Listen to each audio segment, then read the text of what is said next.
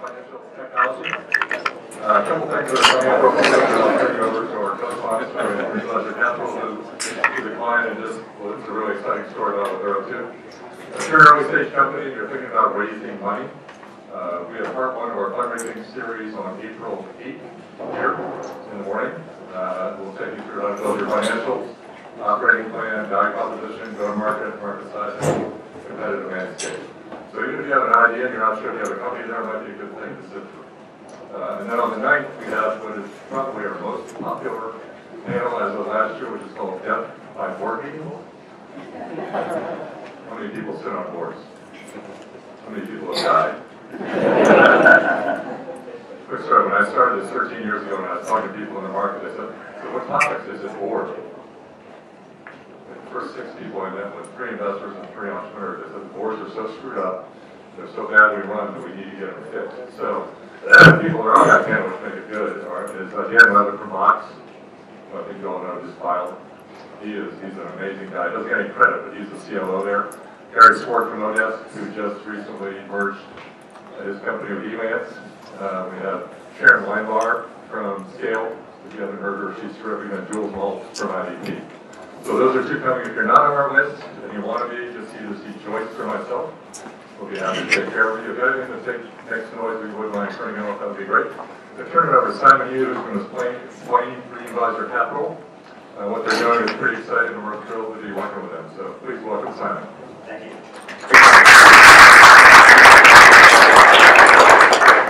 Can you guys hear me okay? I've got this little mic here. Okay, thank you.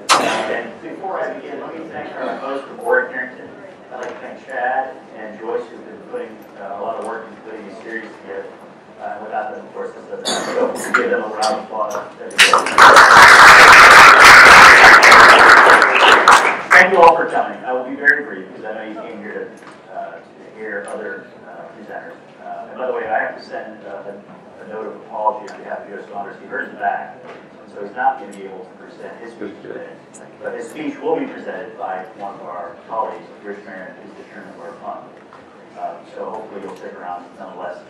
In any event, it's been a while since I've given a presentation to a crowd this big, so I'm a little bit nervous. So I hope you'll forgive me for being a little nervous. I asked my wife today for some advice on how to get this off, and without missing a beat, she said, "Whatever you do, do not try to sound cool, because you're not." So anyway, let me walk through what we're trying to do today at Green Visor. So Mike, you might bring up the first one.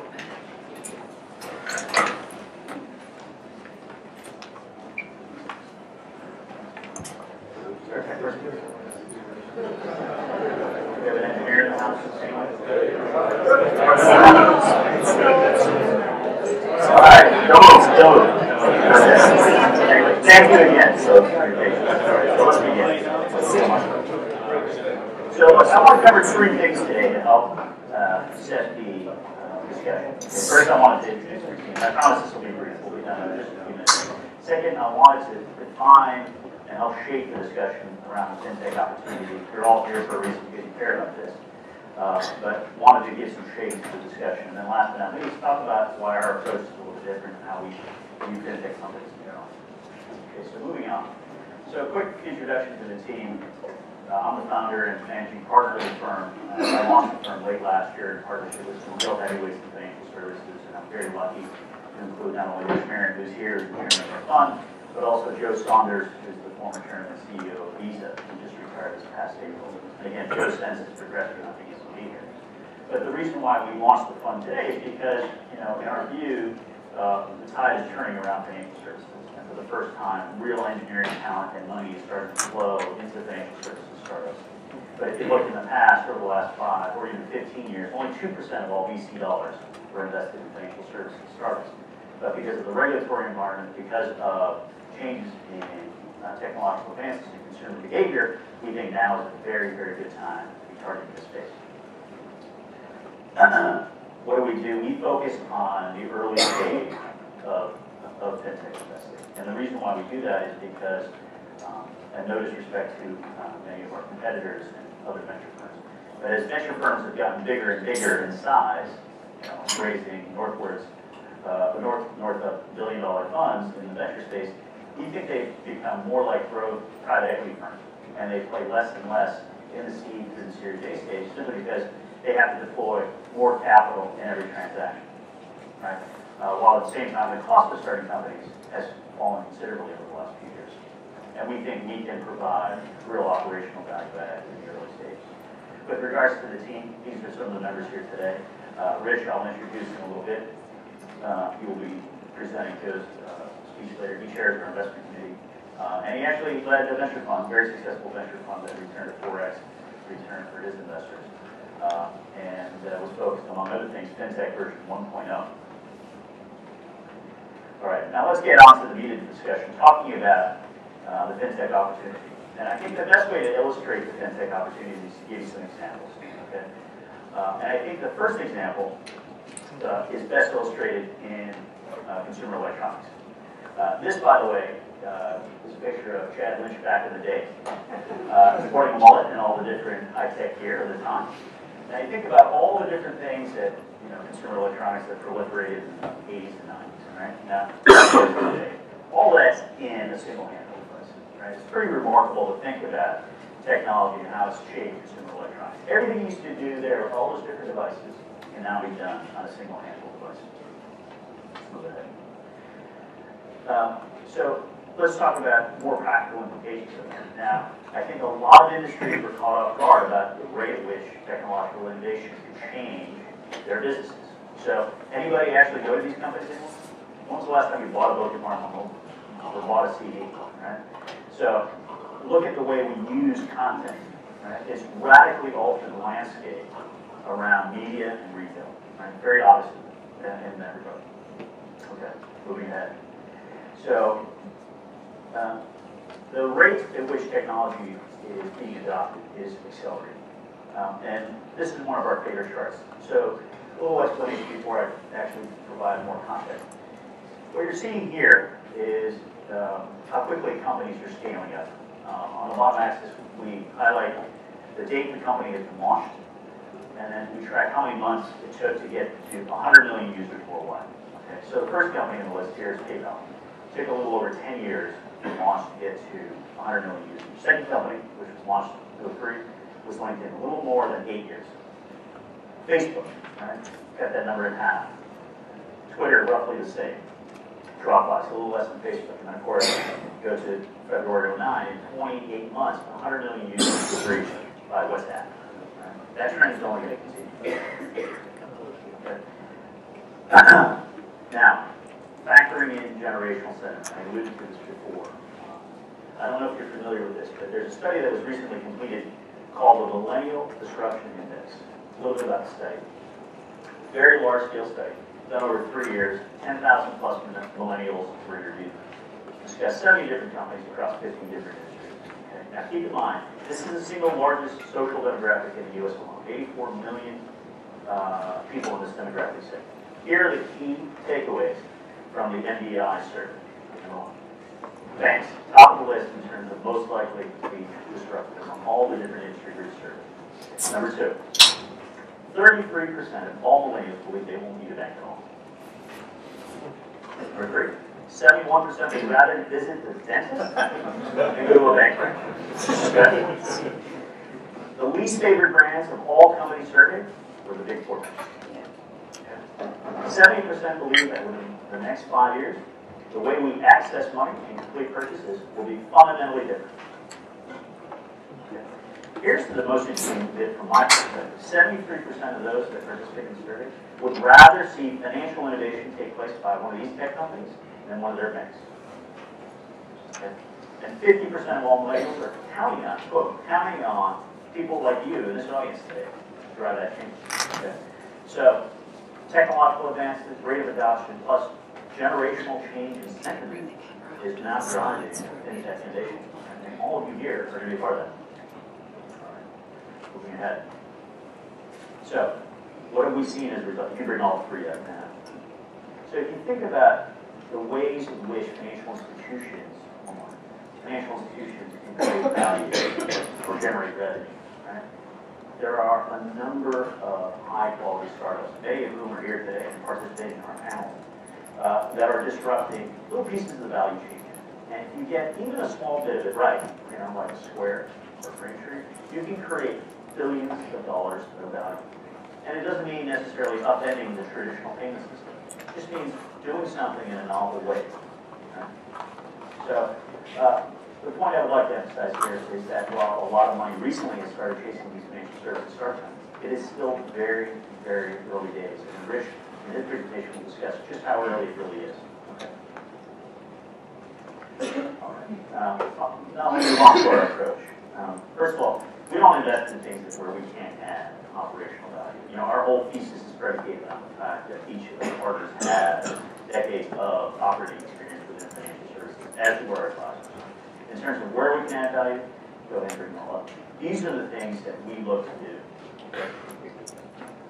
And again, if we can't understand what you're doing, then technology is fantastic, but we can't add value, we won't invest. However, we do think there are a lot of areas in which we can be helpful. Okay. In terms of our values and what differentiates us among the other funds, let me just stop for a second here and ask for a little audience participation. Who are these two gentlemen? Anyone know? Somebody here. Somebody here. The Wright brothers? Somebody, raise their hand, please. You in the back. Tenzing Norgay and what's the claim to fame? Right, that's Everest, right? Okay. So, creating. What happened? All right. Anyway, can you just do it on the screen, please? We're almost done. This is the last slide.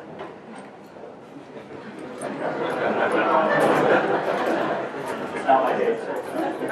Anyway, so listen. There's this romantic notion of conquering the mountain as a starter mountain, but it's really, really hard. Okay. And the point that we want to emphasize here, this is comical, is that you can't dabble with this, okay? Especially in financial services. In a lot of cases, if you're in payments, you're dealing with people's money, right? It requires total commitment. Right? Bitcoin, fascinating technology. Mongoose, not so fascinating. That's a disaster. Right?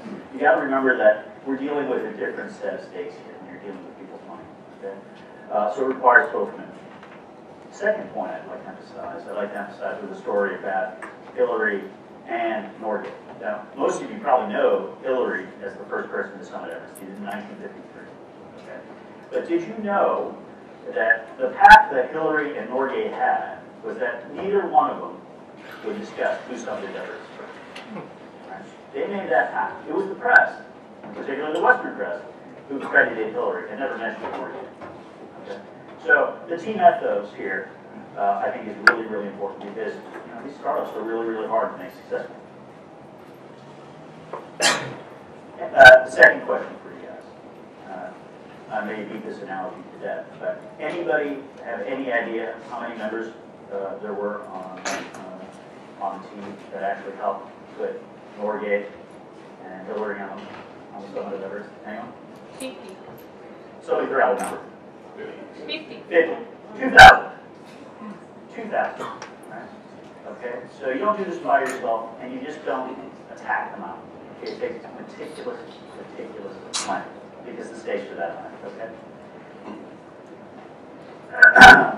And then the way we approach FinTech, look, Snapchat's great, probably got a great valuation, but we focus on substantive issues. There are a lot of real problems out there that you guys in this room can help solve, right? And so we care about substantive issues, using technology in novel ways to solve substantive issues in financial services. And we want to do so in a socially responsible way. And if you can do that, I think you've got a real business. And the last point I'd emphasize is that, look, getting to the top is only halfway home. Right? Interestingly enough, only 1 in 8 who go for the summit make it home, back down to base camp alive. Okay? It's great to celebrate your wins. It's great to get a product launch. But at the end of the day, what we're all here about is making a good return for our investors and our stakeholders. Right? And getting to the top is only halfway home. Okay? Let me just stop there. Let me introduce Rich Amir, who's the chairman of our fund, as I alluded to before. Rich has had a very august career. He's going to be embarrassed for me to say so, but he actually helped invent the corporate derivatives business and bankers trust in the 80s. He then became a member of the management committee at Bankers Trust, which then became part of Deutsche Bank. He ran their asset management business for quite some time. After that, he launched his own venture fund called Heibel Ventures, which generated, like I said before, a 4x return focused on media companies as well as financial services startups. He then got lured back into Wall Street and ran a very large asset management business for the returns. He is in partially retired. He teaches at Cornell, which is where I went to school. He teaches at Cornell, teaching asset management and pensions. He's one of the world's foremost pension experts. And I'm very glad to welcome him as chairman of our fund, and he's going to give Joe's presentation today. So with that, please welcome Chris Turner.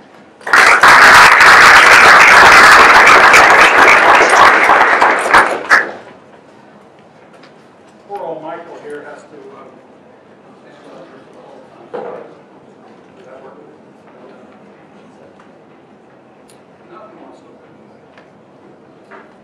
How about that? Okay, so this is a brief history of banking and payments and the road ahead.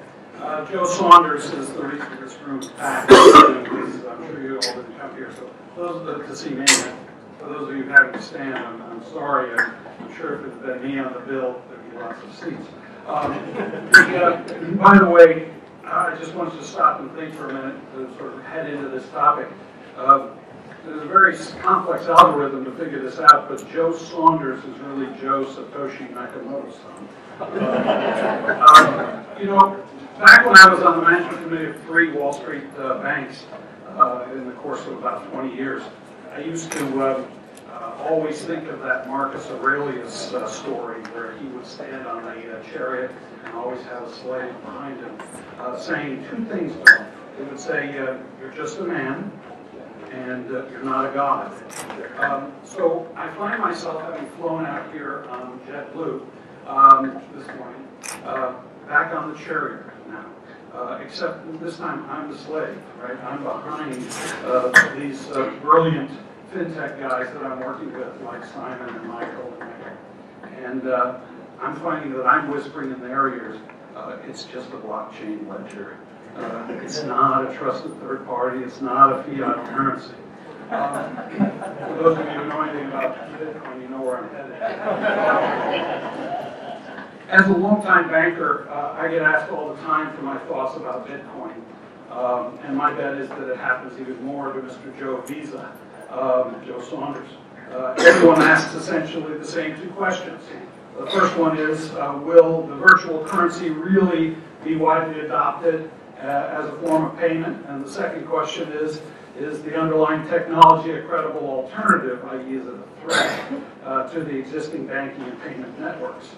I will say on Joe's behalf, as a large shareholder of Visa, he really does give a shit whether or not the second one is true. Not surprisingly, many doubts have resurfaced about Bitcoin's likelihood to succeed as a currency or as a store of value, a platform, a hair tonic, or whatever the intelligentsia down in the valley suggests that Bitcoin can and will be. The Mt. Gox failure, of course, has brought all of those doubts front and center. Since the Mt. Gox disaster, of course, we've had 2 other Bitcoin exchanges, Flexcoin and BitUrex. They've fallen by the wayside to hackers as well. And a third one, Poloniex, has lost more than 10% of its Bitcoins and temporarily frozen its accounts. I got to say, for the record, being a big Woody Allen fan, that Woody was pretty prescient when he said and joked that at NYU, economics was mostly about keeping a neat wallet. It seems that economics today is indeed about keeping a neat wallet and knowing where your Bitcoin is. Now, before diving headfirst into the discussion of the pros and cons about Bitcoin, a very daunting task for a 60-year-old banker like me with a room full of Silicon Valley wise guys like all of you, let me invite you into the conversation with a little quiz. Maybe it'll wake you up after lunch. I will tell you, first of all, that when it comes to all the stuff in here about Visa that Joe put in, I stripped most of it out, but some of it still will come through. Quiz 1, I want to share 5 unique numbers with you and ask you whether or not you have any guess as to what the significance of these are. Well, that's long enough. I'll tell you what they are. 4,000 is the highest number of bank failures in any single year in the United States. That year was indeed 1933, the year in which that number was hit, and the year in which the FDIC was created by the Glass-Steagall Act. Then, of course, there's 4050, which is the total number of bank failures that occurred since the FDIC has been available to insure bank deposits. And then 2 is the number of years in which there was a complete absence of bank failures in the U.S. That was 2005 and 2006. Those were the only 2 years in the last 114 years. Now, those 2 years were great party years, I think we can all admit. But the last number is one that might really surprise you, may not have heard. And that's 36.5. 36.5 is the number of trillions, which, by the way, for those of you who know the math, that represents 1/3 of all the monetized wealth in the world. Monetized wealth is about $132 trillion. So 1/3 of all monetized wealth in the world sits in the DTCC vaults in Lower Manhattan. And during Superstorm Sandy, all of those securities were partially or completely damaged. It brings a whole new meaning to the term dematerialization of security. My point here is to not speak negatively of the profession, banking, and bankers that fed my family well for many years. But in the words of, and in fact, in the words of John F. Kennedy, it could be 9 bankers. So, look, I'm a banker. So I think there is a role for banking, in both now and in the future. But banks, don't just serve a critical function for the global economy. They really are here for many, many reasons in the payment systems and all the rest. My point, though, is that bank failures and securities destruction happen all the time. And yet we rarely hear people doubting the long-term viability of the current payment system, maybe a little bit in 2008, but everybody pretty much got over that too. Let me also add that bank failures are not a uniquely American phenomenon. Every economy, every few years, seems to face some sort of an issue with this. So the question is it so that that old saying, what doesn't kill you makes you stronger, does that apply to the payment systems world? In the case of Mt. Gox and that debacle, is that going to end Bitcoin? And most likely, you've seen lots of editorials about this, and the answer is pretty consistent, most likely not. The fact is, I would argue that periodic failures of weaker players within any emerging payment system, any network like this, is probably a good thing. And in the long run, all the participants in the network will benefit because they're going to get stronger through this process. Now, I don't know whether you saw this in yesterday's news, but did you see the real, what I call the 7.0 tremor on the Bitcoin Richter scale? And that was that yesterday the IRS guidance came out that said that Bitcoin is property and not currency. And what does that mean? Well, it provides a lot of certainty for Bitcoin investors finally, except it's the kind of certainty that you get from death and taxes. Which is that now Bitcoin comes with income tax liability that wasn't specified before. Let me give you a quick example. You're purchasing a $2 cup of coffee at Starbucks. Do they sell it that cheap? Anyway, say a $2 cup of coffee at Starbucks with Bitcoins that you bought for $1. And that will trigger $1 of capital gains for the coffee drinker and $2 of gross income for the coffee shop, assuming they dispose of their Bitcoin within a nanosecond or two, which is to say otherwise they're going to have gains or losses on their Bitcoin. It's going to make a problem for Bitcoin, the way the tax ruling just came out. And that's just yesterday, folks. Despite all of this, the tech and venture communities have made much of the fact that our current payment network is not as robust as it should be, and it certainly isn't. It is very high in friction costs, and they're right about that. As everyone in this room knows, a lot of venture capital dollars have been invested in payment startups quite successfully. And as to why, well, FinTech innovation is like Willie Sutton. It robs banks because that's where the money is. In other words, it tries to take business away from banks. Here are some of the numbers for you to sort of drive home this point. The first is $48 billion. This is the annual amount of merchants that merchants pay in fees to banks for their customer payment card use. By the way, banks pay much of this to Visa and MasterCard. And this is where, if Joe were here, he'd be smiling like a Cheshire cat. And the second number is $5 billion, and that is the unauthorized charges that are sometimes linked to data breaches like the one we had so much publicized at Target that cost merchants and the industry about $5 billion a year. He's usually looking out the window at this point. So I'm glad that he's not at Visa anymore to deal with that one. And the third number is $37 billion, which is the annual amount of remittances provided through some places like Western Union and the fees that they reach at Western Union for people sending money home, according to the numbers shown by the World Bank. So given the size of the revenue pie that is in theory up for grabs for disruption in this market, it totals at least $100 billion annually. And the thesis that many VCs present is that there's a way to use innovative technology to solve the two simultaneous problems of system stability and this high friction cost. While what Silicon Valley sometimes loses sight of, however, is that there's also a very clear accountability, oversight, and transparency obligation that the current payment networks enjoy or have to live with. Merchants and customers place a significant value on those very tangible benefits. And I'm sure if you need to think about that for a moment, I'm sure that the customers of Mt. Gox wish that they had somebody they could turn to at this moment to talk about transparency.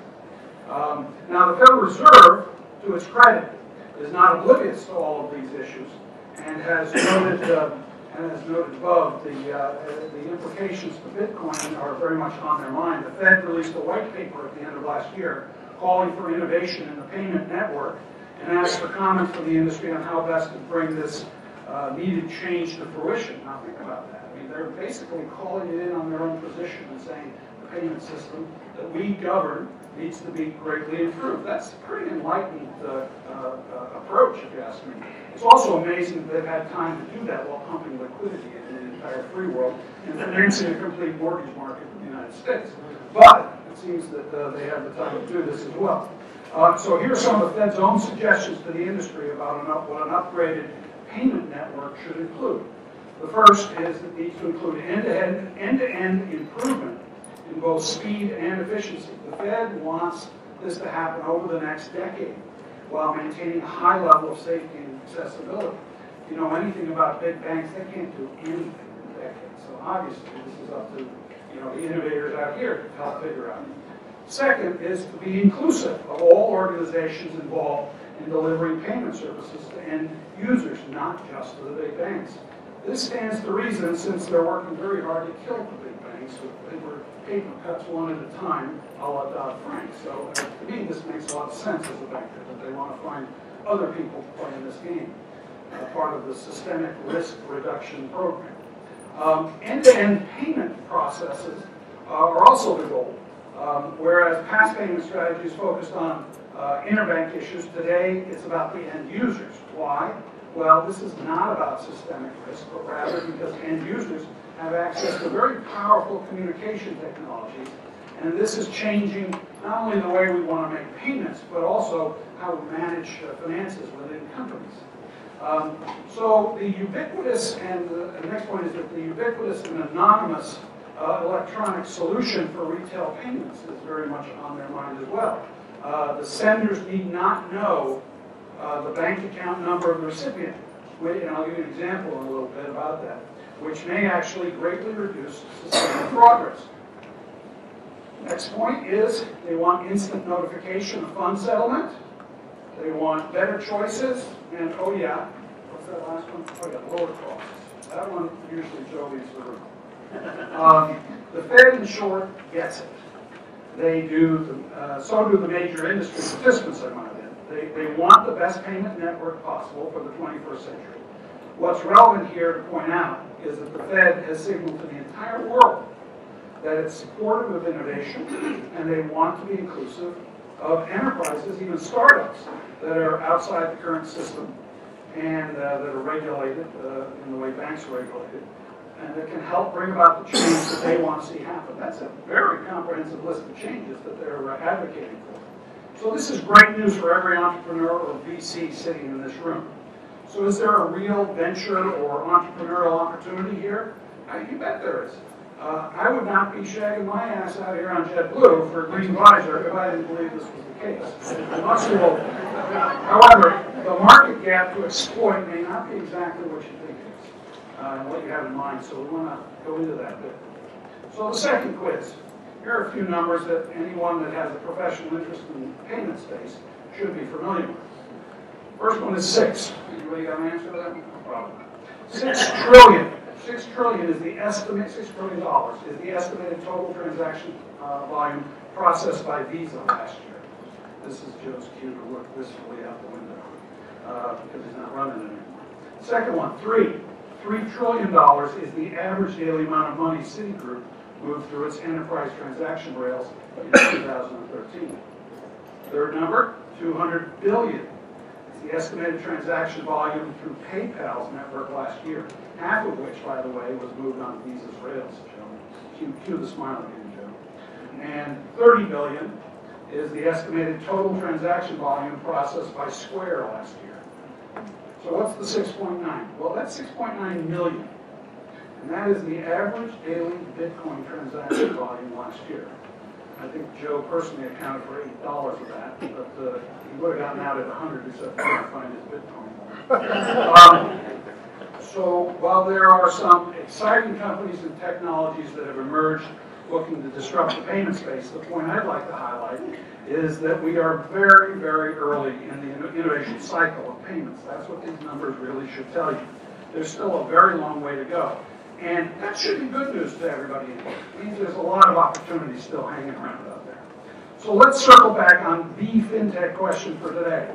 Is Bitcoin and its underlying blockchain technology going to be the network on which the payment system of the 21st century is going to be built? Now, clearly the failure of Mt. Gox and other exchanges is not a good thing in the short run for Bitcoin enthusiasts and supporters. It's hard to deny.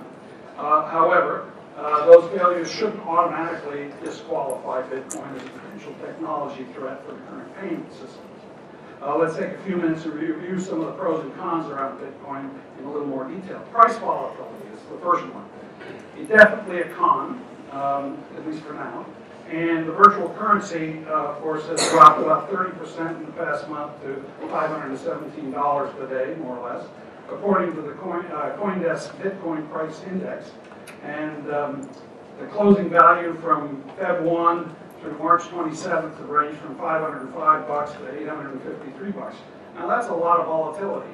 In fact, it's interesting to see that in the banking system, the guys who are most interested in Bitcoin are the commodity guys, the guys who are used to day swings.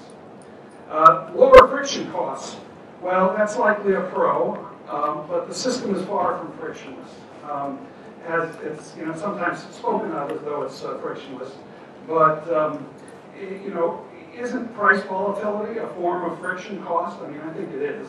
And what about those new IRS property designations? I mean, that's clearly going to add some cost to this equation. So the supporters of Bitcoin, such as Peter Benitez, the chairman of Bitcoin Foundation, says it's cheaper than traditional payment systems because users can move funds without middlemen such as networks, merchants, acquirers, and banks taking a cut. The reality, to point out, is not quite as straightforward. Bitcoin is far more complex than it's often portrayed. People talk about things like frictionless and things like that, and when you really dig into it, it's really not the case, so long as you are thinking properly about the proper safeguards that are going to have to be added into the system. Rising retailer demand for Bitcoin is probably a pro, but not necessarily. Don't forget the new added tax burden and the tracking of basis that's going to be involved with that. It should help our accounting firms and audit firms. Salt Lake City-based Overstock has said that they are very much drawn to Bitcoin because it costs less to accept than debit cards or credit cards, and they don't want to pay 3% if they can avoid it. Bitcoin payment processor BitPay handled transactions of 23,000 merchants last month. That's up from 2,400 merchants a year earlier, and they say they're adding 1,000 a week, according to a spokesman from that Atlanta-based company. The next one is Gift, a seller of gift cards that uses most of the 3% that they don't have to pay to an intermediary to give customer rebates on what they save by using the digital currency. And just to spice things up a little bit, there's the adult website porn.com, which accepts Bitcoin. I have no knowledge of this personally. Simon told me all about it. But porn.com accepts Bitcoin, so users don't have to reveal their identities. I don't know whether you've seen it, but the new snuff film from Mark Carpellis running out of the Ryokan wearing 950,000 Bitcoins is really compelling. You gotta look at it on YouTube. Just kidding. The fact is that the anonymity of Bitcoin transactions isn't always a good thing. Now, I ran several global private banks in my day. There's a reason why anti-money laundering and KYC or know your client rules exist. Well, on the one hand, they may offend some of our senses of liberté. The fact is that transparency matters when protecting and promoting a market for payments in a network like this. You want to be able to weed out bad actors and prevent movement of money for nefarious purposes. Disruption and anarchy are two very different things. Disruption good, anarchy not so much. Recognition of the competitive threat may be a con. And while firms like Visa and MasterCard haven't yet labeled Bitcoin a risk factor in its public disclosure, PayPal, through eBay, has called Coinbase and BitPay, which both act as Bitcoin merchants, acquirers, and they call them competitors as of their January 31 SEC filings. So you're starting to see it come up in sort of a visible way as a real competitor. And there's just to quote CEO John Donahue of eBay, holding PayPal back from pursuing digital payments. It says there's nothing holding PayPal back from pursuing digital payments. In another Bloomberg television interview, he says, I would caution anyone here to ignore the incumbents at their own peril. There are lots of sharp, well-funded minds at those companies that are thinking through these issues. And I think there he's talking about all of you. So when we get to the regulatory encroachment, the argument that's made here is that the instruments suffer from enormous price volatility and can be exploited for money laundering, fraud, terror financing, and are very vulnerable to robbery via hacking. We've seen a lot of that. One of the questions that obviously comes up these days is, will derivatives solve the vol problem? As a guy who helped build and run the derivative business in New York at Bankers Trust, my guess is that at best, maybe. But it's really too soon to tell. It might help, might hurt. Derivatives can go toe-to-toe on blow-ups with almost any virtual currency, I assure you. I've lived through a few of them. So don't think of it as a panacea. The authorities in Russia, China, and Israel have sought to restrict Bitcoin. And while the U.S., through the Federal Reserve, seeks ways to prevent money laundering and illicit sales without killing the digital currency, but in the end, all these new rules from different countries are going to undermine Bitcoin's ability to become the alternative platform of choice that it seems to be. In the U.S., Benjamin Lawsky, the superintendent of New York Department of Financial Services, said that the state will propose rules for licensing digital currency companies this year. They adopt tougher AML and KYC standards than that which they apply to banks. Sounds like another North Dakota migration might be in the offing, if you ask me, which is where we bankers go when times get tough in New York on a regular basis. There is no central authority that controls Bitcoin. This is a simple fact. And it keeps running without a guy in some corporate office deciding what kind of moves and maneuvers Bitcoin needs to make as a company. Now, this is both liberating and terrifying if you're a user of Bitcoins and relying on it. I will bet that several of I'm going to bet several of my own personal Mt. Gox Bitcoins that the users of Mt. Gox wish that there were a central regulator to whom they complain at this point. Ironically, the upgrade of Bitcoin as a true transactional currency, or the platform of payments, can probably only be overseen by the Federal Reserve. So it's likely a very debatable goal at best to get to that point. My view is that Bitcoin has quite a ways to go to be a true threat to our century-old payment networks, as imperfectly costly as it may be. You may be disappointed to hear me say that. You may think I'm just old school, which I am. However, stick with me for a few minutes longer. I'll try and bear witness to Let's think about the following evolutionary change in technology that I have observed firsthand through my career in finance. Mainframe computers, desktop computing, the cloud. The next logical step in the chain is the mass migration to handheld devices. This shouldn't surprise anybody in the room. Cutting to the chase, mobile payments, in my view, is the area that's most ripe for technological innovation in the near medium term. And for entrepreneurs who have a real impact here, does not require a complete overhaul of the existing network, or even the adoption of Bitcoin as a protocol. If you want fast adoption, trying to change everything underlying the system is not a good way to go. Let Bitcoin percolate and sort things out for a while is really what I'm saying. Don't be so quick to discard the old in favor of the unproven and not fully vetted new. There is still a lot of value in the old in this case, and here's some data that you should be aware of. Despite slower growth than previously expected, proximity mobile payments topped $1 billion in the U.S. last year, according to new figures just released by eMarketer. Little plug here. It's a company I own through my VC fund, and on whose board I've sat for 15 years, and is indeed the go-to data aggregator for doing business online.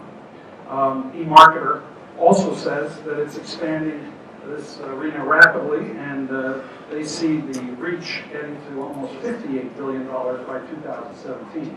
I might add Forrester Research says $90 billion, but over the years I've come to trust eMarketer. I wonder why. Is it any coincidence that Stripe recently announced $80 million in new funding, valuing that fast-growing payment startup at $1.75 billion? Mobile payments technology is still in its infancy. I was just in China for 12 days raising $150 million of EB5 money for a project I'm doing, and was repeatedly asked if I WeChat. I would smile and check my fly until I realized that they were asking me if I was on the new mobile communications and payment app called WeChat. I downloaded it while I was over there. By the way, I couldn't get at it through the App Store. I don't know why, but they showed me how to get at it. I downloaded it, and this was the amazing thing to me. Because I just read that morning about how they had 100 million users on WeChat, and that they were estimating its value because of its payment protocols and other revenue models that WhatsApp don't have. That they were valuing it at $60 billion. So I ran this thing. It runs itself through your contact base. I have 6,500 contacts in my Rolodex. And I came up with 4 people that were already on it. That says to me that most of those 100 million are probably in Asia. And it says a couple things. It says, one, I better start getting to know more people in Asia. But it probably also says that there's a pretty big opportunity still to be realized, because I've been using WeChat to talk to most of the people and a few others. It's an amazing platform. And I think it's got tremendous it's a tremendously robust example of what a mobile payment technology can do, especially when you add it to a communications protocol. The other key takeaway here is for the entrepreneur, and that's that if you need to think globally and find real and broad-reaching partners, don't rely solely on the genius of your own coding skills. Partnership and people matter in financial services, and they always have, and they always will. Let me really throw the gauntlet down to all of you, since I'm a New Yorker, and you guys are not for the most part. I'm here in the land of Stanford grads, and you may have heard that I'm a Cornell professor. I don't know whether you've heard about the New York City Cornell Technion Tech campus. That would be the thing that we kicked Stanford's butt on to get the $100 million land grant for Roosevelt Island. Green Visor Capital and I are working with them, Greg Pass, the ex-CTO of Twitter, specifically, to take their technologists up the FinTech learning curve, and payments is where they want to start. Now, they think Silicon Alley can be bigger than Silicon Valley, and FinTech might be the place where their FS connectivity might matter the most. So that's my gauntlet to all of you here. If I were you, I wouldn't want to let them do that.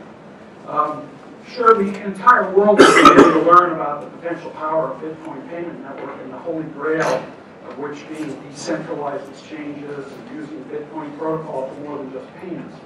Despite its arcane nature, the recent buzz has created awareness of Bitcoin among U.S. consumers at an astonishingly high level. It's funny because I had to rewrite that. The article I took said almost nobody knows about it.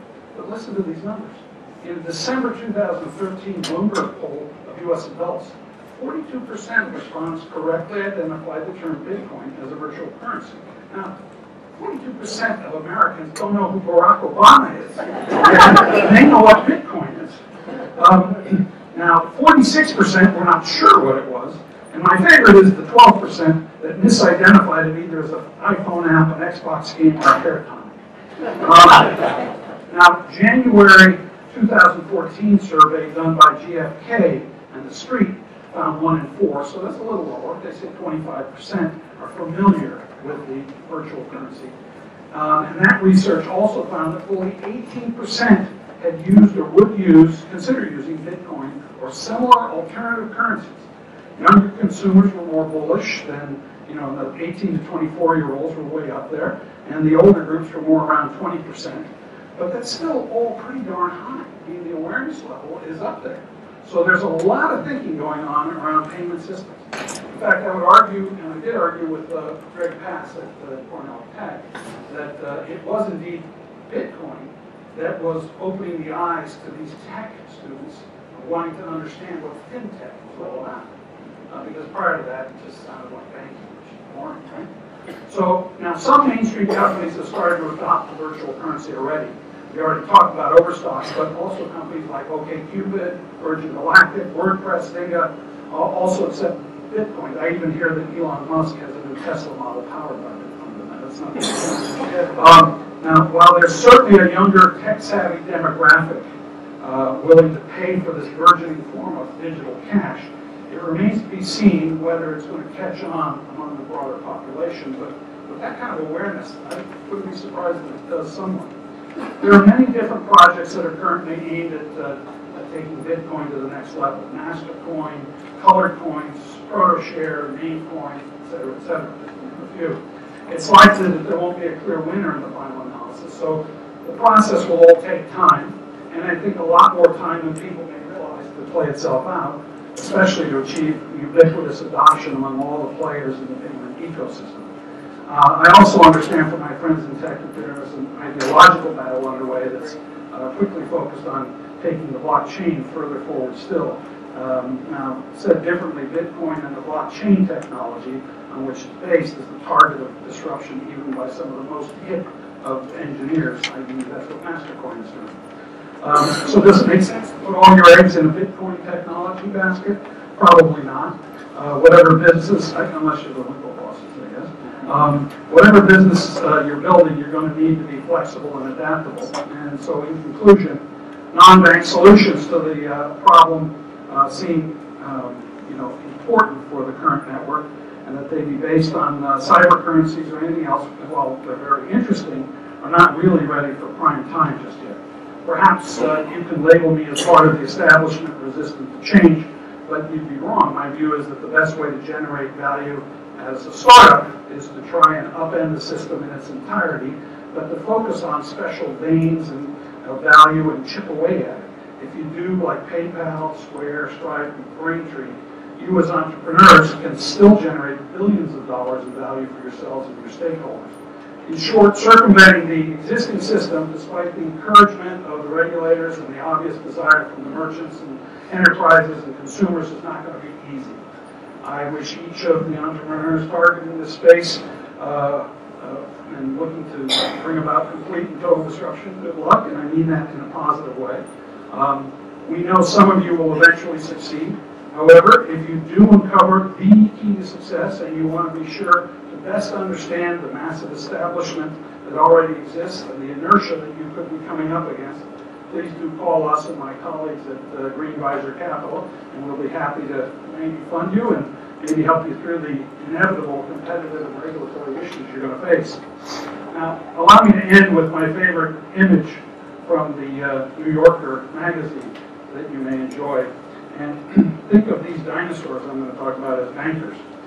So there's a dinosaur convention, and the keynote speaker, someone like me obviously, is saying, the outlook is not good, my friends.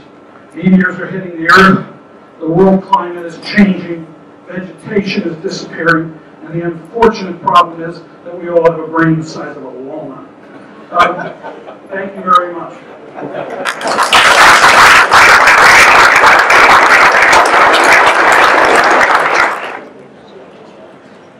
Hi, everybody. Thanks very much. I'm Greg Heibel. I'm a partner here at Orrick on the Emerging Companies Group. So it's my pleasure to be meeting a bunch of entrepreneurs, working with investors. And I have to say, go big Greg, because I too am a Johnson School graduate. So I don't get to say that very often that I follow it at Johnson School graduate. But we're going to do this. We don't usually do this with a crowd this big, but I think it's going to be, actually, I think it's going to work out great. We do panel discussions a little bit differently a lot of times around here. We actually start with questions. We lead with you guys giving us questions. We're not going to take the answers, but we're going to use that to run the discussion. The last thing we want to hear from is a lawyer. So I'm going to talk as little as possible, but what I will do is I'll collect your questions. As the panelists are introducing themselves, if you can think about your questions, I'll take them. We'll take 5 minutes of the questions, and then we'll start with the discussion. Then we'll have a traditional question and answer period at the end. For those of you who are watching the clock, because I know you guys all are busy and have places to be, we'll run until about 5 o'clock. So with that, I will ask the panelists to introduce themselves because they'll do a much better job than I can. Okay, great. Can everyone hear me okay? Hi everyone, my name is Juan Benitez. I'm the CTO at Braintree Payments. Braintree is some of you may know as a developer-based platform, making credit card payments very simple for online merchants, especially on mobile apps. Can you guys hear me? Hi. I'm Ryan Graciano. I'm the CTO at Credit Karma. Credit Karma is all about making credit and finances accessible to everyone, so we're very much a mass market company. And right now we're really interested in reforming how lead gen is done on the internet. Hi everyone, my name is Elan Amir. I'm the Chief Product Officer at Prosper. You know the name. We are the pioneer in peer-to-peer lending, offering unsecured loans up to $35,000 to individuals and allowing individuals to invest in those loans away. And also, especially disintermediating the banks in this area. Hi everybody, I'm Juan. I'm a former engineer at Square. These days, I'm an entrepreneur, by which I mean I'm unemployed. Great, so we will start with the questions. You don't have to read my writing, I'm the only person in the room that has to read my writing. We'll be the great person to go first. There we go. So it seems that the Target fiasco 2 months ago has created a set of panic retailers who are desperately trying to and desperately trying to do you agree that they're trying to do that, or is there an opportunity for something to change, like a new form of mobile payment? Or is the retail world just going to be frozen for you? What's your read on that? Next question. It's going to be a very short panel. How is the shifting regulatory landscape affecting your businesses and who you turn to help you manage a regulatory risk?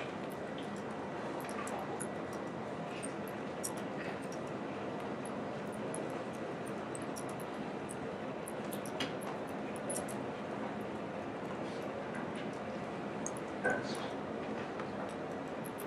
Is there a point of view on fair or unfair dual use criminal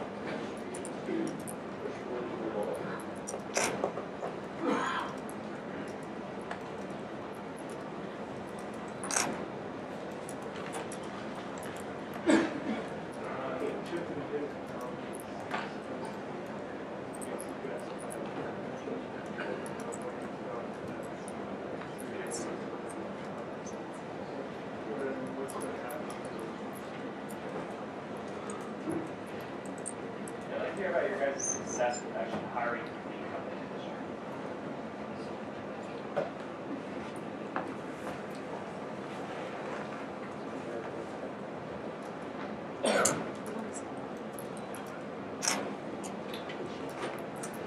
You're all very successful in your business in the US. How replicable is your business model outside of the US market when you're in FinTech?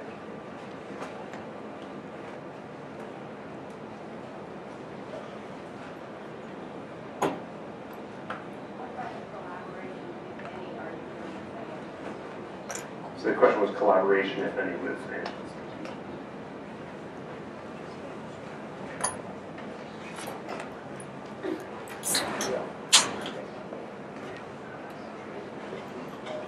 As the millennials get older to hire kids out of the car, their view of construction technology probably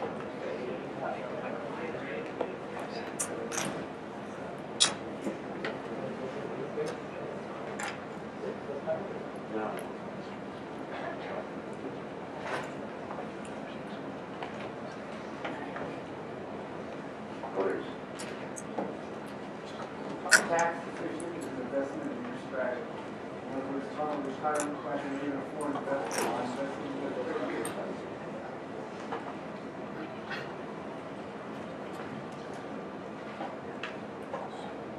Two more. Any kind of business models that should be sustainable for companies to be profitable just collecting 2% fees.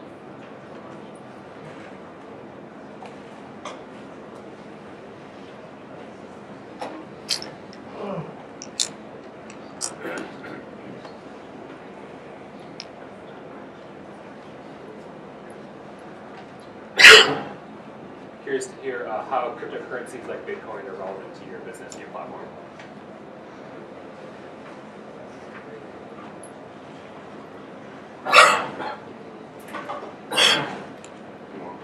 What are the opportunities that you see?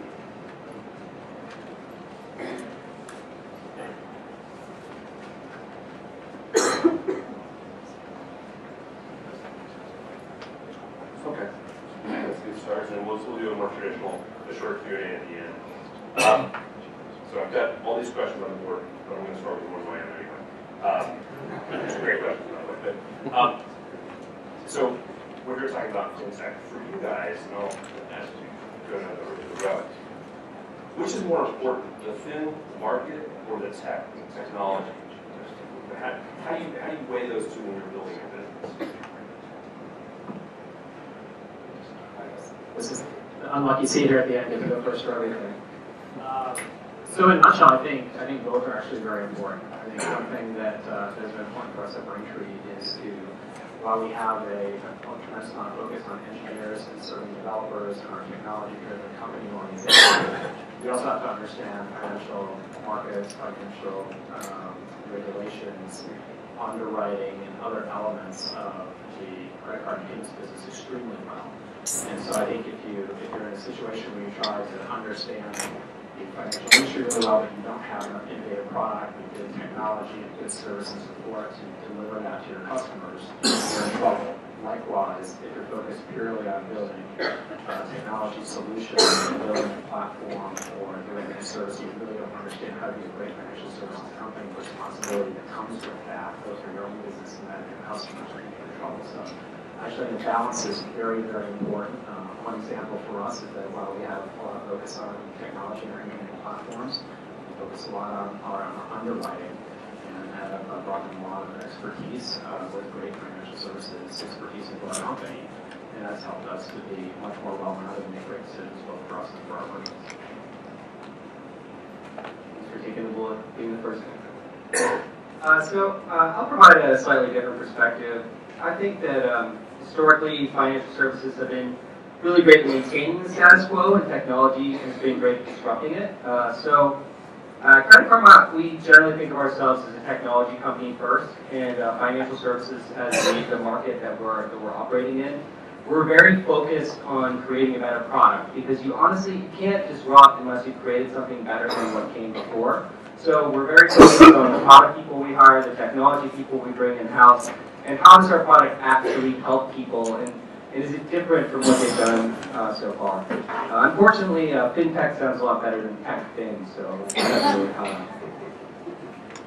So at Prosper, really what is important for us is product as opposed to tech. And I actually, I've been at Prosper only for about 6 or 7 months, and my background is not in financial services. I think that's what's unique about FinTech company. We have half the company that is a technology company, and half the company that comes out of a financial services company, and it's what makes this industry the interesting industry that it is. I think Rich was saying how there's a lot of personal relations, there's a lot of understanding of how financial services, the business of financial services actually gets done.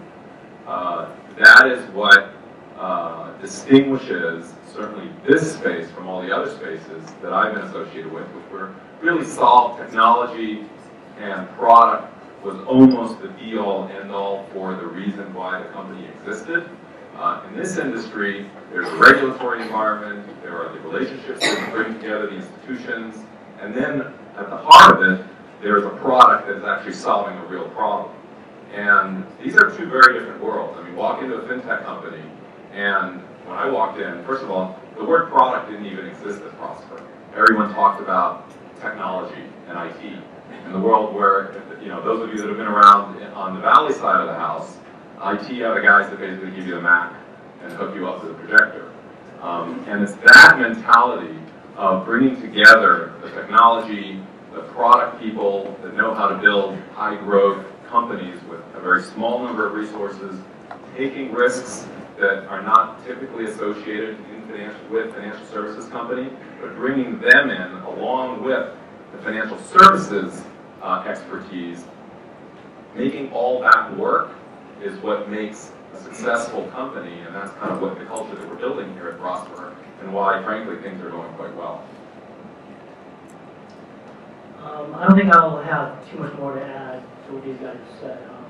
Just in my personal opinion, the finance part of it is much more important than technology, because finance is the problem we're trying to solve. We're trying to solve it via technology. I think as a company, you want to emphasize both of those things very strongly, but ultimately, it's not.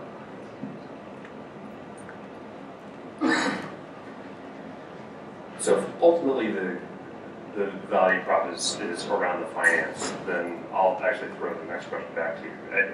How then do you collaborate with the financial institutions, the largest organizations in the world? How do you, as a startup, how do you manage working with them? I'll let you. I guess for us in particular, I have a little bit of difficulty answering this question because Square was very lucky. We have Jack Dorsey, and he really helps you open doors. So we had doors open for us at institutions like Chase and at Visa, where normally you would have to dig through several layers of middleman. I don't know if Mr. Saunders were here. He might be able to tell us a little bit more about that. So for us, we were just very lucky. We had a number of very fantastic advisors, and we had Jack. So that's how we got our feet wet. Once we got our feet wet, it was just a matter of taking the basics seriously. There's an inclination in Silicon Valley to take a look at traditional banks and institutions and say, well, those guys don't know what they're talking about. IBM said there was only going to be 6 computers in the world. Look at us now. So, I think it's very important to listen, and I think we actually did a very good job of that at Square. Once we had those people talking. Comes down to people. Those of you that may have been following the peer-to-peer space may not realize that today, peer-to-peer is actually somewhat of a misnomer. About 75% of the funds that are being, the funding sources that go into the peer-to-peer networks, like Prosper and others in the space, actually come from institutions. And in fact, one of the key business flaws that was in the original business plan was that it was all focused on technology and no focus on bringing in the existing institutions into it. In order to make that happen, you have to bring in people that have those relationships. And to try and ignore that, certainly in our space, and I suspect also in most spaces that touch in the financial services and the tech community, it's probably going to lead to maybe a great technology solution, but will probably not lead to a successful business. So I think actually we're very aligned, Juan. So when I say technology, I'm really thinking about product and creating a better experience for people. I think that's what technology companies do extraordinarily well in the Valley, is that they find a problem and they solve it for the average consumer. And I'd answer the question more directly.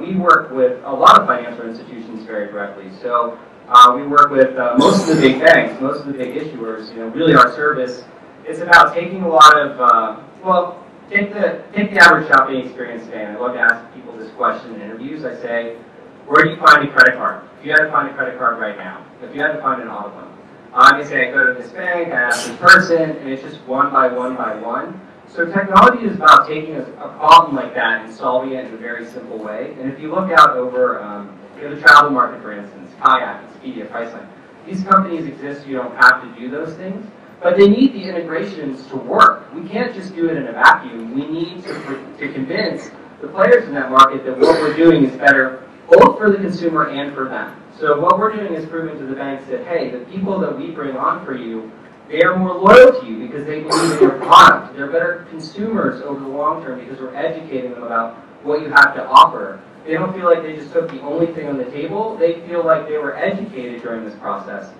So you absolutely need both sides of the equation to work. You can't just do one or the other. Yeah, not much to add going after these three guys, but I think I would say I think all these elements are very important. The relationships help you open the doors, and help you get the conversations and get things started, and the quality of the product and what you're doing, the problem you're solving, your approach to it is what sustains that conversation and really sets up the opportunity for partnership and a long-standing mutual engagement. Whether that's with great technology companies or great financial institutions. We're fortunate to work with a variety across both those segments. And it's been because of the combination of having doors open, but then also being able to go through those doors with a great product or solution that's has very clear value to all the parties engaged, including ultimately the merchants and consumers in our case who are benefiting. For the entrepreneurs out there, obviously this is a highly regulated industry and penetrates all elements. That's something I love. Entrepreneurs generally don't.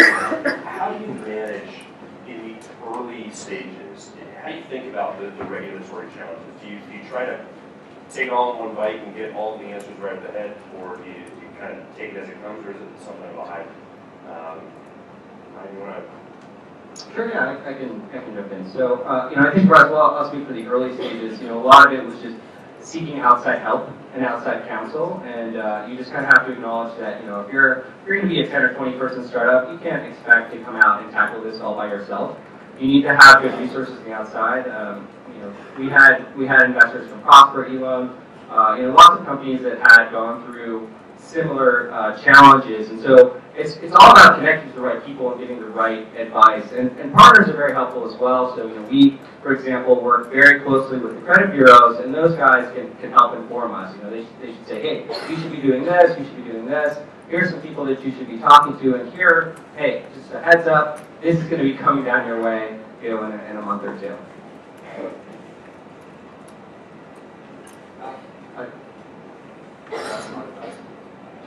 Okay, there we go. So I think advisory is definitely super helpful. They've been helpful for us as well. I think it's also important to think about which of the regulatory items are most important for you to actually build up internal expertise on. So one that was very important for Braintree earlier on is PCI compliance.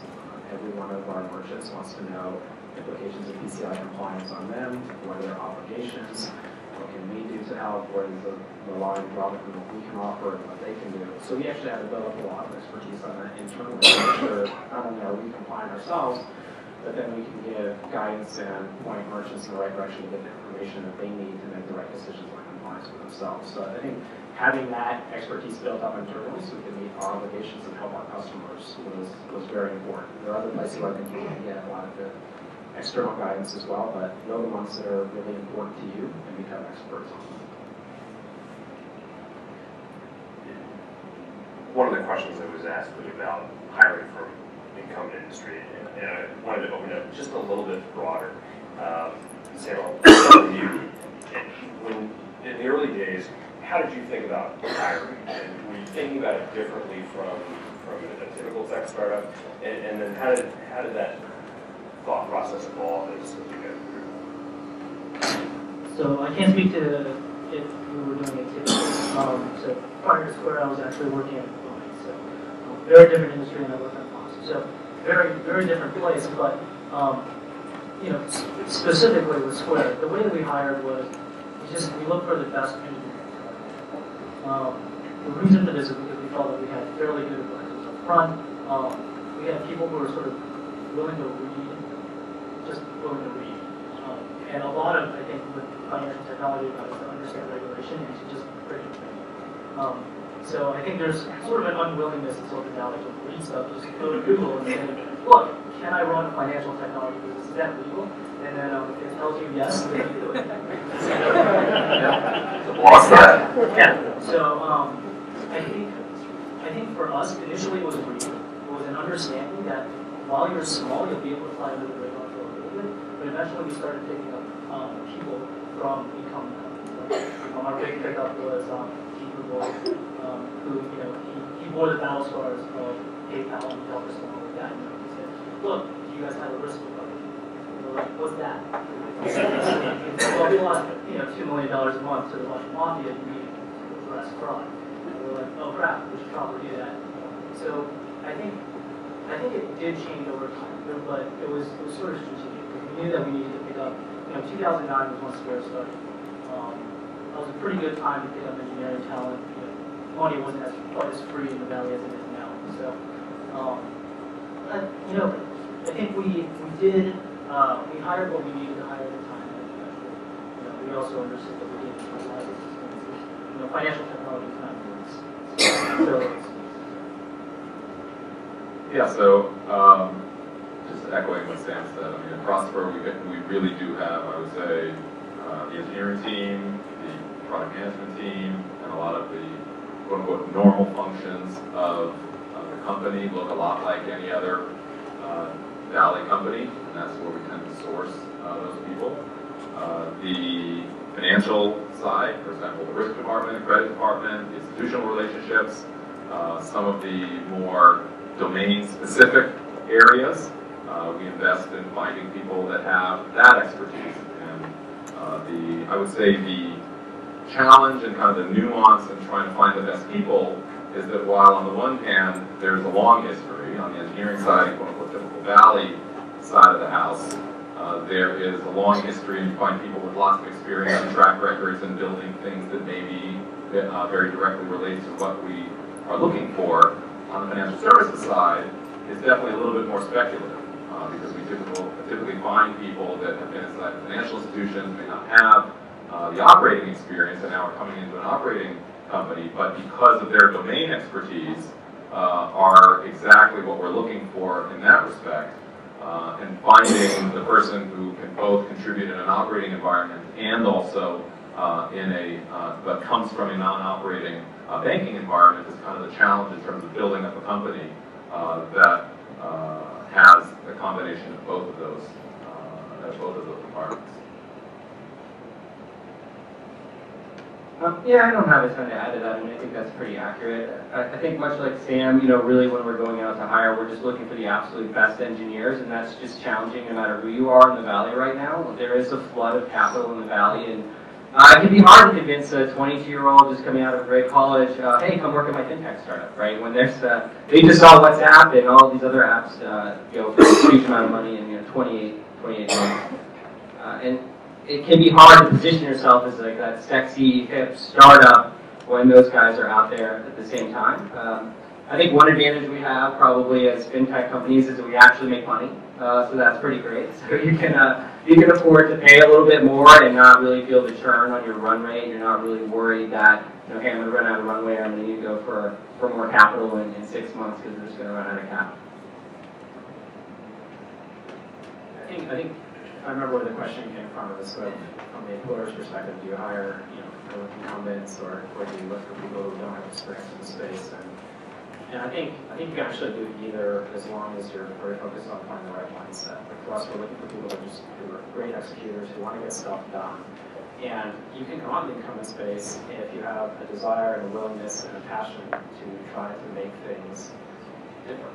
And that's ultimately what we're all trying to do. We're trying to change things. We're trying to make something different. We're trying to fill a void that exists there. And that's what I think all of us are trying to do with our products. We're trying to solve a problem that someone has.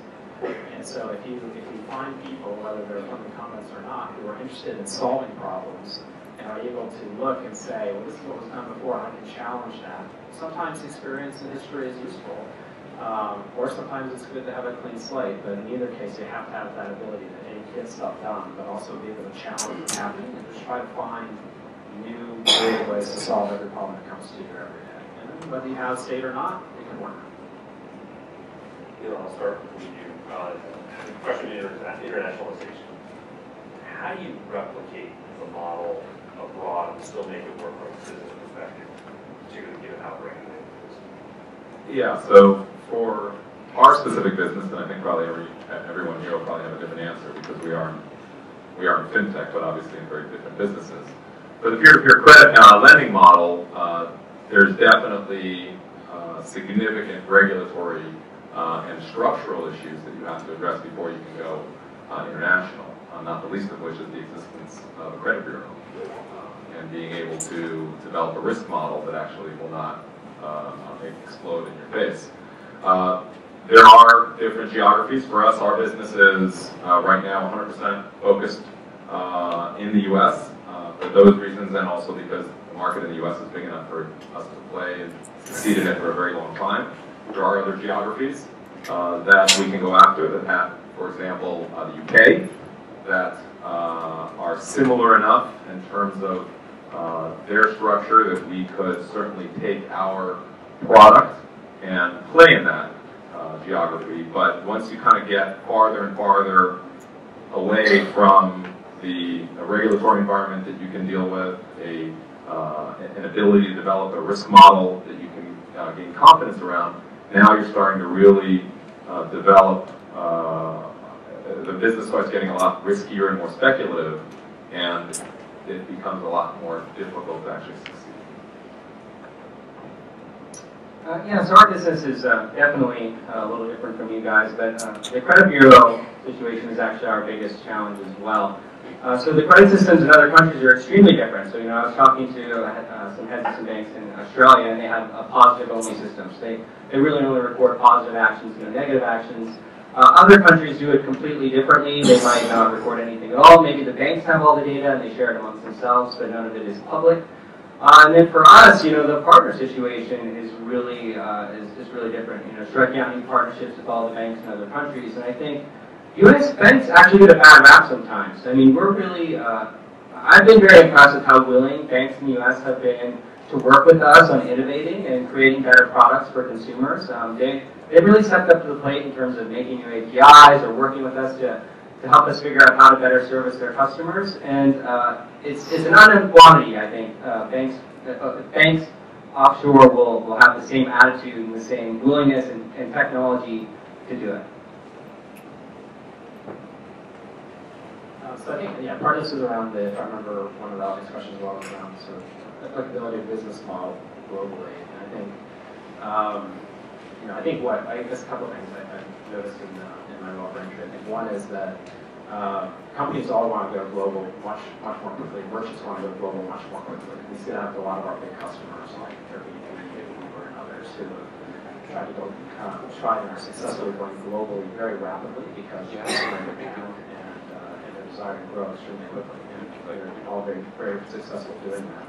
And I think for us, when we thought about the core problems that we're trying to solve, one of them is certainly making it very easy to accept payments on mobile devices.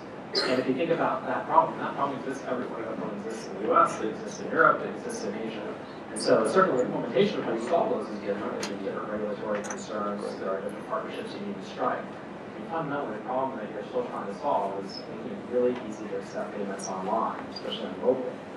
That problem exists everywhere. And that becomes really fun because then it's an execution problem on your side to figure out what's the right time to scale globally, what's the best way to do it, who are the best partners, what different development offices do you want to set up to go make that happen.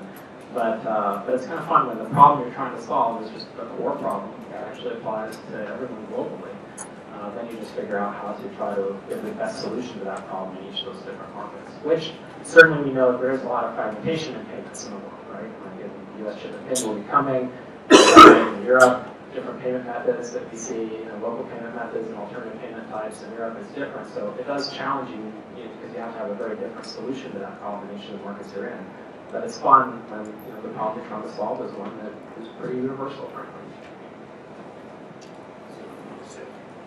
Sam, beyond internationalization or globalization, where's Bitcoin for the development? So go to all of them. So my opinion of Bitcoin is actually fairly low. So I would say that I'm not so sure that it fits at all at this moment. I think there's a lot of good points in that. The reason why there's so much friction is because there are all these regulations in order to protect consumers as well as merchants. And sure, you can operate something like Bitcoin and not have any protections, and then it's totally free. But then, when something like Mt. Gox happens, or you buy something at a younger shift to your home, it's pretty good. And we're pretty comfortable with, actually I was just in China not too long ago, and somebody started, using my credit card to buy burgers at Sonic. I'm comfortable with telling my credit card company that no, that's not me, and they assume all liability for it. So I don't know. I don't think as of right now, without more regulation, I don't really see it fitting. But I'm sure that'll be different from these guys.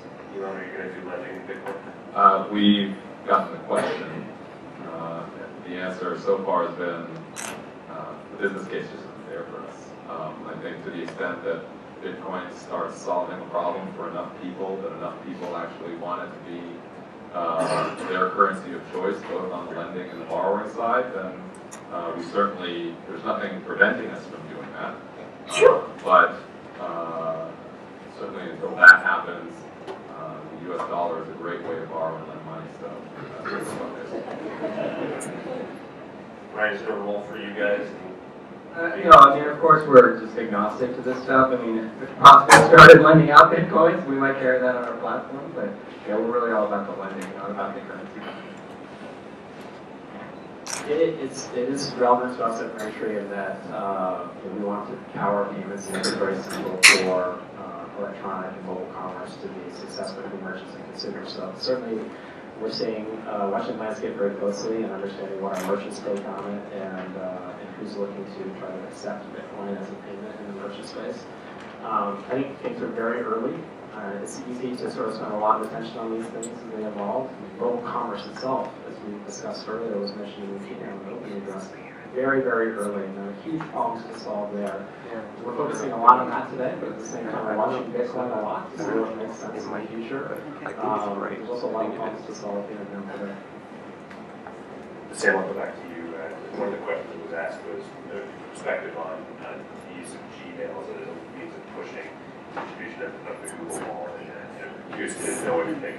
Well, you can't have a panel discussion of Silicon Valley without mentioning the word Apple. So where does Apple fit into it as well?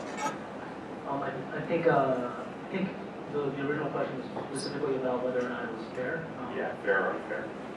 Probably fair.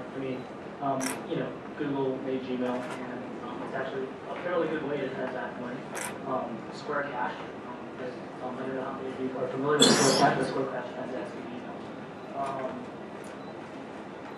It's interesting. I think the big point here is that how can we establish a wallet and have this store of value transact money between different people. And I think that's really the point of this, right? Of Gmail or using any other sort of mail client to transact money. I think it's interesting, but I don't think it's compelling enough just yet. I think my opinion has always been that we need, if you're going to make a digital wallet, nobody's really going to get a digital wallet. Nobody cares about that. They care about being able to get something with their money. So, it's great that you asked about Apple because, to me, Apple and Amazon are the largest digital wallets right now. And nobody knows that they're a digital wallet or does anybody call it a digital wallet, but they are. You can buy Apple products using your Apple account, and then you can buy everything else on Amazon with your Amazon account. So, I think there's something compelling there, and I think there's something definitely to watch out for. You want to see that later? Yeah, I think specifically to the question real quick, I think it's fair. I think whenever you have an opportunity to try to deliver a service out there, the customers and the marketplace will decide what's fair or not. And if it's a great product and people use it and adopt it, obviously for validation for the solution. If people don't, then it'll be clear that it wasn't the right thing to do. I think fundamentally, I mean, we're all trying to figure out how to streamline, at least for us, we're trying to streamline, we're trying to streamline transactions between merchants and consumers. And whether that's in retail or online, our focus is online and digital commerce. I mean, however you can best expose products and tools to merchants and consumers to make that happen, go for it and see what sticks, and let the market decide what's a good product. Ryan, one of the other questions was, what does the aging of millennials mean? Paraphrasing a little bit, how does the market change as millennials become things like kids and housing obligations? Yeah, I think that's an interesting question. I think that the expectations are a lot different.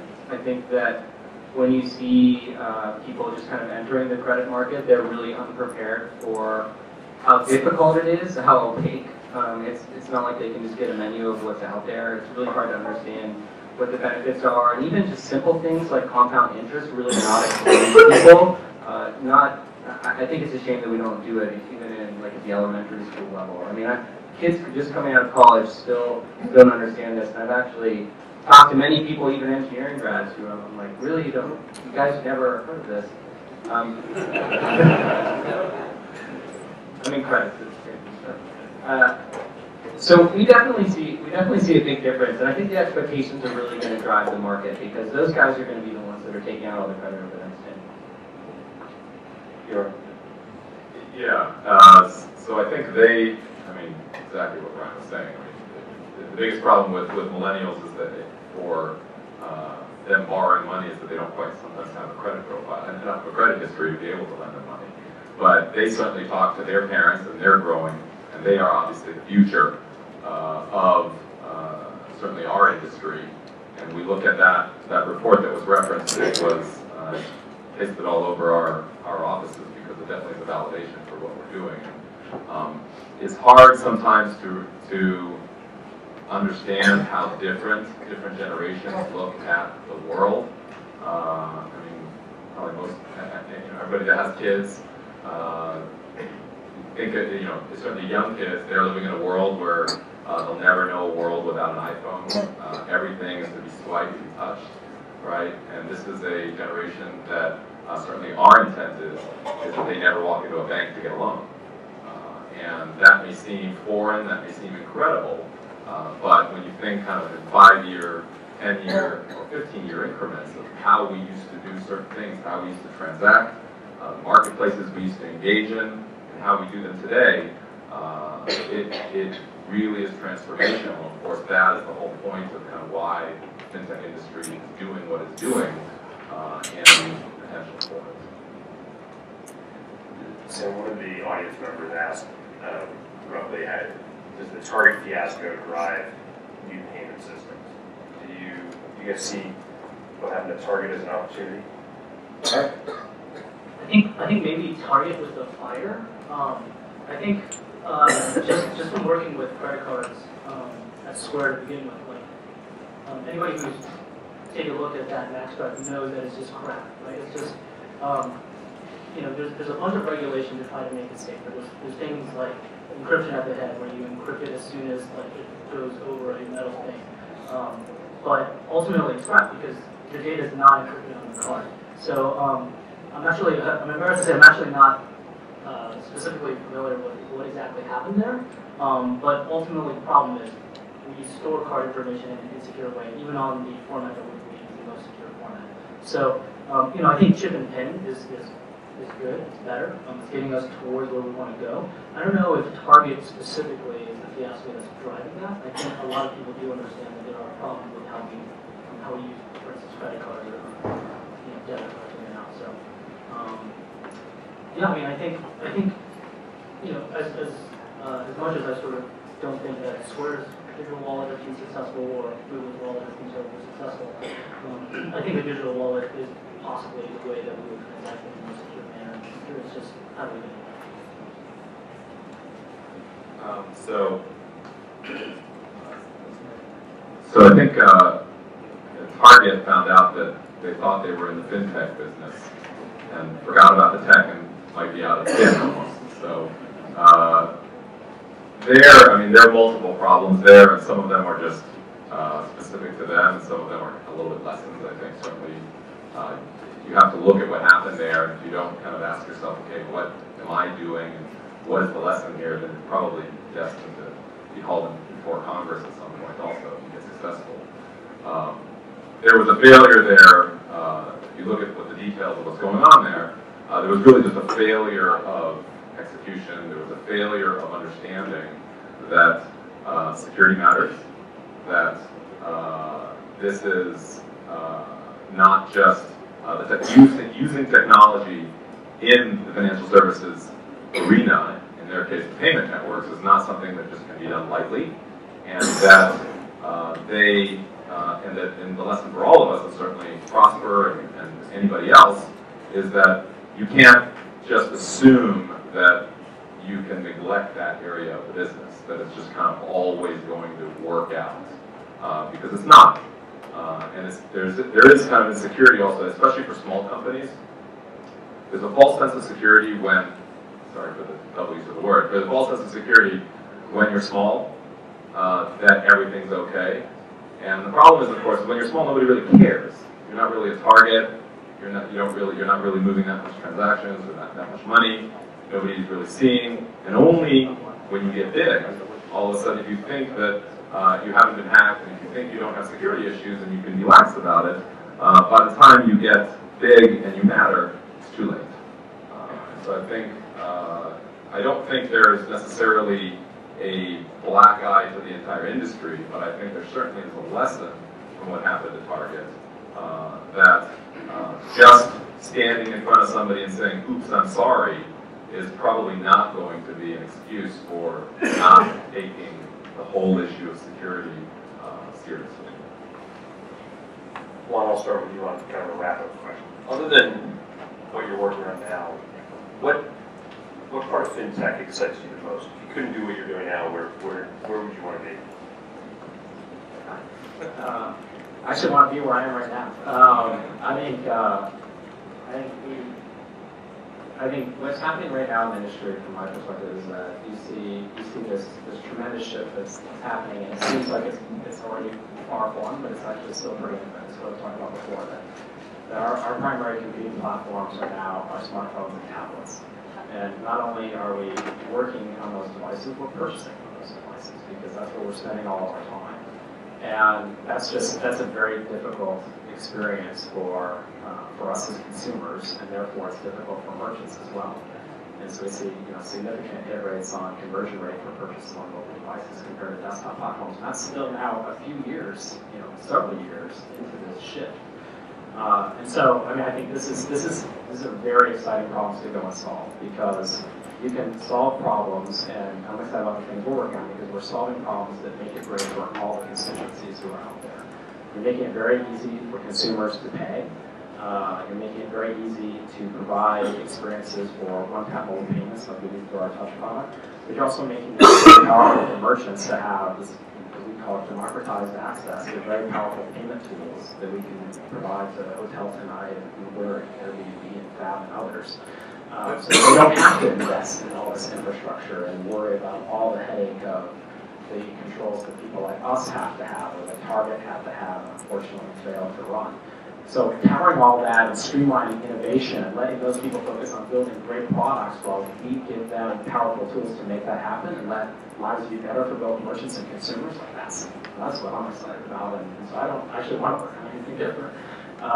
These are going to be great problems for the years to come, and we're really going to, hopefully this whole industry as a whole is going to evolve tremendously in the next few years. It's up to all of us to figure out where it goes. That's cool. Your next round. Well, I think what's cool about FinTech is that you can pretty much throw a rock and hit a giant market. All of the markets in FinTech are huge. And that's really exciting. So if I wasn't where I am in FinTech, I'd probably be somewhere else in FinTech. And thinking about like the millennials question, for example, I think what technology is doing is it's training people to expect a frictionless experience. And financial services has not yet conquered that. And I think a lot of the guys on this panel are working on that. So they're taking problems that we have now and just making them much better. And I think You can look at where that's being done in other areas. Like I think Tumblr is a really great example. It's not like they were the first blogging platform ever, but it's got the most frictionless, easiest sign-up process ever. So easy that when I wanted to start a blog, I was like, Tumblr, that's where I'm going to go. And I think that that's what makes really great products. And there's a lot of opportunity in financial services to create that frictionless experience. Yeah, so I would say, just in thinking the answer to your question, I mean, there was in the New York Times a few weeks ago, there was the, on the cover of the magazine, I don't know if you saw, kind of, there was a little kid who looked at his dad and said, you know, when are you ever going to build anything cool? And the dad was looking at his kid saying, when are you ever going to build anything relevant? And so the cool thing about this space is that it definitely solves both of those. And just echoing what's been said, you know, the internet, if there's one thing that the internet has been, it certainly has shown that it has the power to create marketplaces, bring people together in ways that they previously had to go through third parties. Certainly the concept of democratizing access to various services and various products, this is what we've gotten used to. And it is ironic, although for reasons obviously that have been discussed here, that the kind of the greatest marketplace that we deal with, which is the financial services marketplace, has been the last one to take advantage of this. And so there certainly is a lot of growth, a lot of great ideas, and certainly a bright future, I think, for all the industry. And so cool and relevant is where I want to be, so I think I'm pretty happy. Well, I guess I actually left Square, so I guess again I can answer not where I'm currently at, but I mean, FinTech is great. I originally came to the Valley because Square was something that was designed to help. That's how I perceived it, and I mean that's the great thing about FinTech. You're coming here, you know that you're going to be providing value to someone, and that value is going to be substantive in their lives. So for Square, it was the ability to allow people to accept with more payments for the business. And we had pretty hard data that if you could do this, then your business will just run. It's that simple. If you have this one additional piece, you will have more success in your business. And so that was a huge draw for me. I mean, why would you want to be anywhere else? Your idea of a good time is to build a platform where you can text your friend and be only able to see it for like 10 seconds. Be my guest, join Snapchat. But FinTech Snapchat is not FinTech, right? So I don't know. I think it's a good place to be. I'm not really sure exactly what I'm going to do next, but it's a good place to be. I'm taking a couple questions, but before I do that, I want to ask you a question to the audience. It's going to be obnoxious. The show of hands, and I honestly don't know, how many of you actually completed a financial transaction during this panel?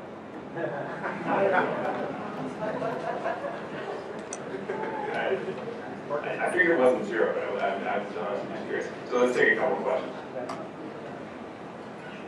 Do your company see opportunities in the unbanked sector, typically the cash? Sorry, options in which sector? Do your company see opportunities in the unbanked sector, typically the low-income people who are basically in the cash economy, who today don't have access to financial services? Is there opportunities for your companies to do innovation in that sector? Yeah, we are very interested in this sector. We have tens of millions of consumers, and we're very much a mass market product. So we get all stripes. The average credit score in the U.S. On our platform is somewhere around 670. That trends very much close to what the real national average is. So we see a very large number of underbanked/unbanked. They come through. We call them thin files because their credit file is too thin to score. I think there's huge opportunity there, and I think that you're going to see a lot of companies trying to do things, innovate even on things like payday loans. I've seen companies like LendUp starting up to change that space and create a more validated experience for those people. I think that there's going to be a lot of movement there. Do you see a future for other cryptocurrencies that we talk to Bitcoin like Bitcoin? Do you see other viable alternatives that actually meet more security requirements and more viable alternatives that they would take the class of alternatives?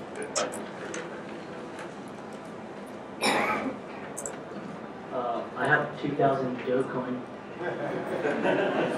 They funded the Jamaican bobsled team, so I don't know. It's all speculative for me at this point.